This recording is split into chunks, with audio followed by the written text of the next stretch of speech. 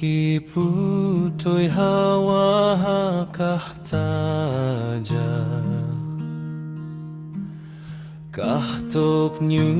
me tu shao ye me po Kahta e toiha she ye le ya po O ka hoang tawa pi e tawin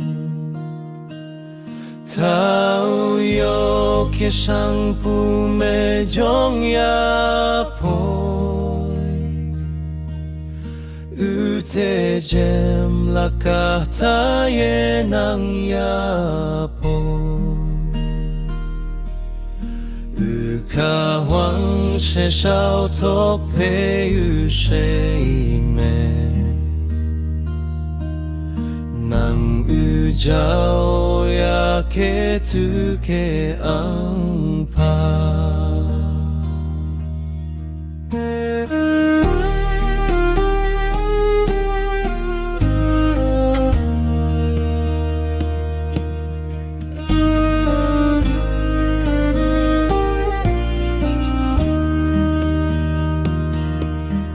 Kahtok như me toiha waha u she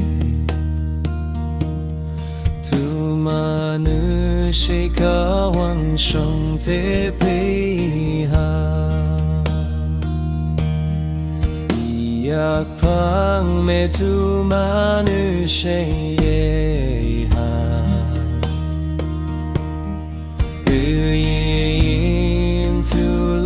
Jing de he yo pa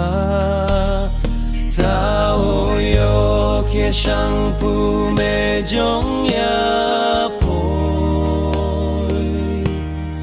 U te jem la kahta ye nang ya poi